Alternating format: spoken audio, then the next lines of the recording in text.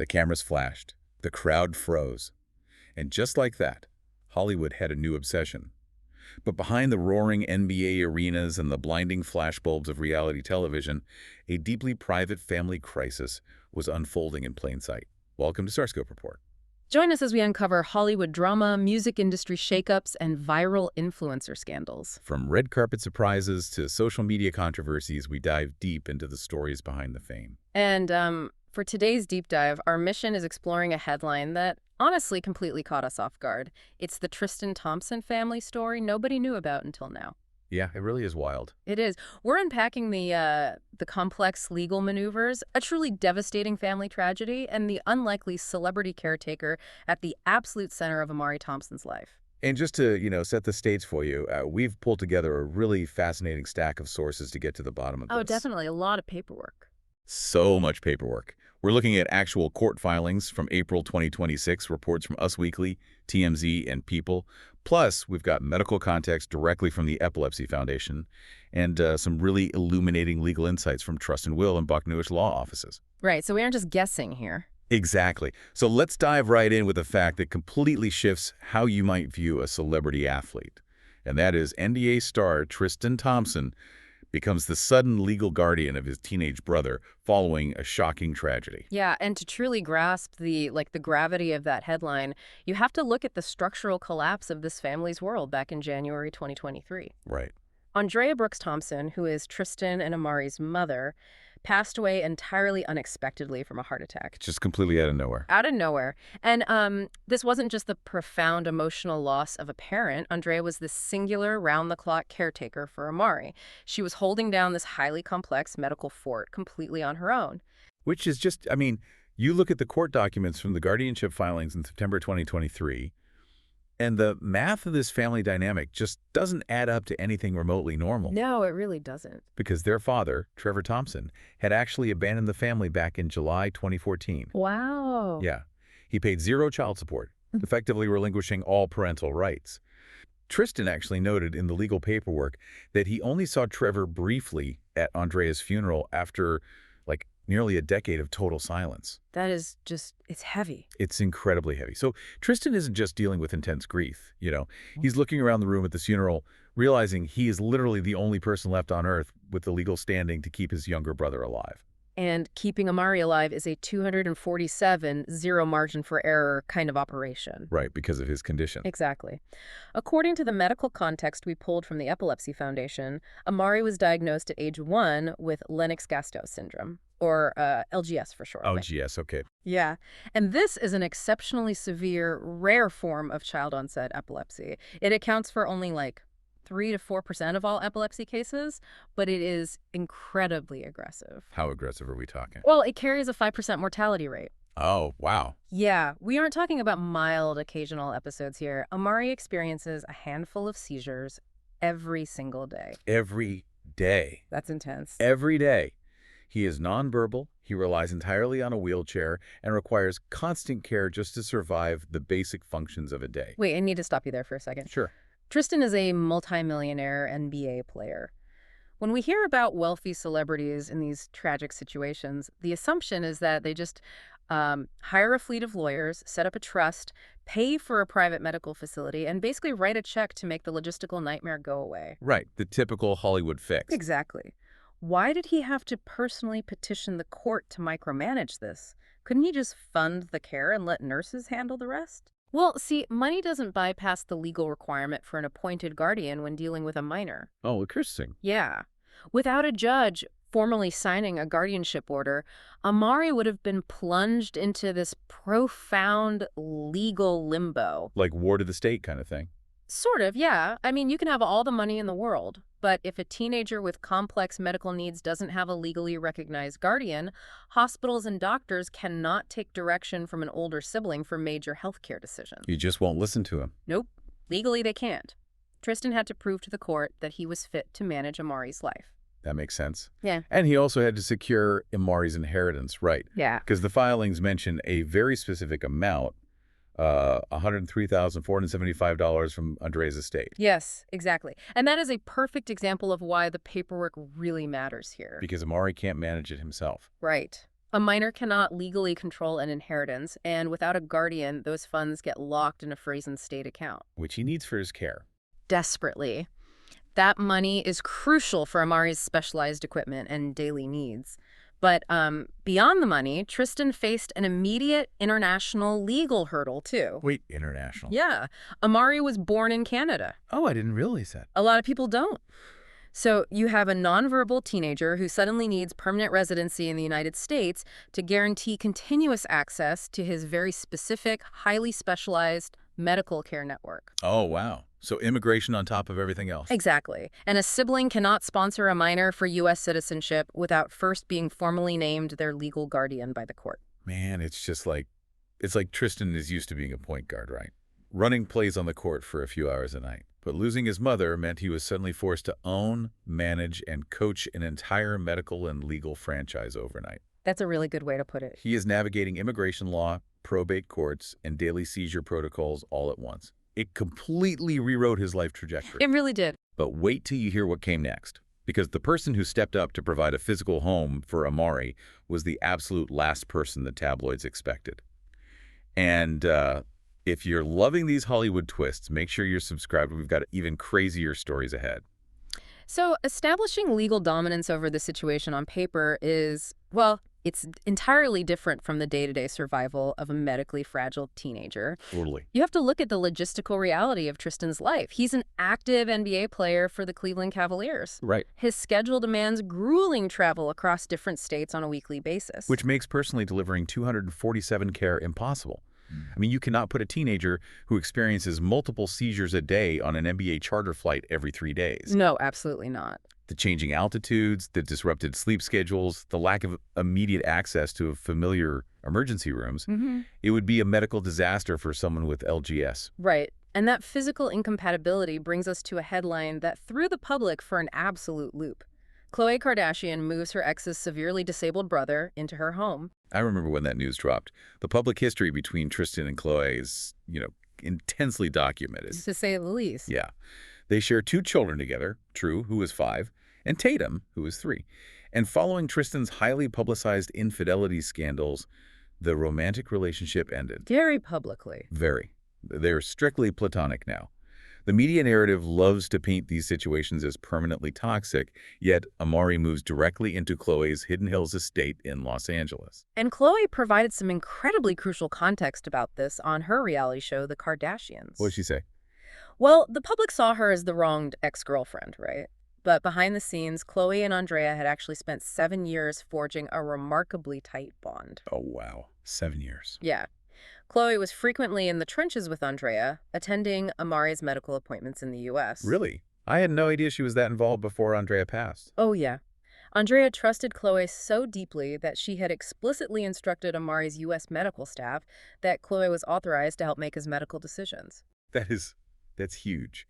Khloé has spoken openly about how integrating Amari into her home teaches her own children compassion and understanding, showing them a reality outside the Hollywood bubble. Which is a beautiful sentiment. It is. But, Yeah. I mean, we see celebrities legally bind themselves to estates or charities for PR or financial gain all the time. Sure, yeah. Khloé appears to be operating entirely on a moral compass here, stepping up simply because it's the right thing to do. But looking at the legal insights from Trust and Will, if Khloé isn't legally named in Andrea's official estate documents, what is the actual risk of her acting as an informal medical proxy? Honestly, the risk is monumental. Really? Yeah. The law prioritizes formal appointments over informal good intentions, no matter how genuine those intentions are. Even if the doctors know her? Even then, Right. if there was only a verbal agreement between Andrea and Khloé, even if Andrea told the doctors directly, it carries very little legal weight when an emergency strikes for a permanently incapacitated person. Okay, let's play out a hypothetical to make this concrete for everyone listening. Okay, let's do it. Say Amari has a severe, prolonged seizure at the Hidden Hills house. Paramedics arrive. Tristan is, on a plane to Boston for a game. It's totally unreachable. Right. The hospital demands legal consent for an emergency procedure. If Khloé just says, hey, his mom told me I could make these decisions, what actually happens? The hospital's legal compliance department would likely halt the procedure unless it was a matter of immediate life or death. Are you serious? Completely serious. And even then, they walk a very precarious line. To make emergency decisions for Amari, Khloé requires a heavily documented advance healthcare directive. Just to authorize care. Exactly. Without that ink and paper, she faces severe legal hurdles in authorizing life-saving care. Hmm. She is taking on a massive emotional and logistical role, but legally, she is walking a tightrope without a net. Man. So Khloe and Tristan built this fragile, carefully balanced ecosystem to keep Amari safe and cared for. They really did. But there's a ticking clock built into the law that threatens to undo all of it. And later in the deep dive, we'll talk about the massive legal twist nobody saw coming as Amari approached a major milestone. Yeah, and that ticking clock is Amari turning 18. Right, because he's not a minor forever. Exactly. Guardianship, which Tristan fought so hard to establish back in September 2023, applies exclusively to minors. Okay. So the very second Amari blew out the candles on his 18th birthday, all of Tristan's legal power vanished overnight. Wait, vanished? Just like that? Just like that. Legally speaking, the state views an 18-year-old as an autonomous adult capable of signing contracts, refusing medical care, and managing their own finances. But medically, Amari hasn't changed at all. He still has LGS, he is still nonverbal, and he still requires round-the-clock care. Exactly. The law simply stopped recognizing his reality. That forces Tristan into another massive pivot, because according to the documents, on April 27, 2026, Tristan Thompson officially files for a conservatorship over 19-year-old Amari. Right. And the court filings from late April 2026 state explicitly that this filing is necessary because Amari is unable to live independently or handle financial transactions. Makes sense. It's also noted that Amari does not object to this petition. However, the terminology here is critical. How so? Tristan filed for a limited conservatorship in California, and that operates under very specific rules outlined by the California Department of Developmental Services. Well, I mean, people hear the word conservatorship and immediately picture the straitjackets we see in recent Hollywood documentaries, right? Absolutely, the Britney Spears effect. Yeah, exactly. Situations where a celebrity loses total control of their bank accounts, their career, and even their reproductive rights. It sounds like the ultimate loss of freedom. It does sound scary, but that media portrayal is based on general conservatorships, which are incredibly restrictive. Okay. A limited conservatorship is entirely different. It is specifically designed only for individuals with intellectual and developmental disabilities, or IDD. Oh, so it's a completely different legal track. Completely different. The goal isn't to strip Amari of his civil rights. The goal is to provide a custom-tailored safety net that assists him only in the specific areas where he lacks capacity, while fiercely protecting his autonomy everywhere else. Okay, but how does that actually work in practice? Like, if it's custom-tailored, what specific powers is Tristan asking the court to grant him? Does he get to control every single penny Amari might ever have? So Tristan is petitioning the court for up to 7 standard powers. 7 powers, what are they? These include the authority to fix Amari's residence, access his confidential records, give consent to medical treatment, and enter into contracts on his behalf. Okay. Given the severity of Amari's LGS and his inability to speak, giving Tristan the power to consent to medical treatments is really the core mechanism keeping Amari safe. Right, that makes total sense for a nonverbal patient. But where does the law draw the line? Like, what is Tristan legally forbidden from doing under a limited conservatorship? Well, limited conservators explicitly cannot control a conservatee's wages if they are somehow able to hold a job. Oh, interesting. Yeah. They also cannot force extreme medical treatments. For example, Tristan could not authorize electroconvulsive shock therapy, heavy psychiatric drugging, or sterilization without going back to court for a very specific, highly scrutinized separate approval. Wow. It's amazing how much the system relies on these checks and balances. It really is. But who is actually checking the checker? Like, does a judge just read Tristan's paperwork, see that he's a famous athlete, and stamp it approved? Not at all. The California system involves a rigorous, independent layer of protection. Okay, how did that work? The court appoints an independent investigator whose entire job is to verify the reality of the situation. So they go to the house. Yep. This investigator travels to the home, in this case, Khloé's Hidden Hills estate. They observe Amari directly.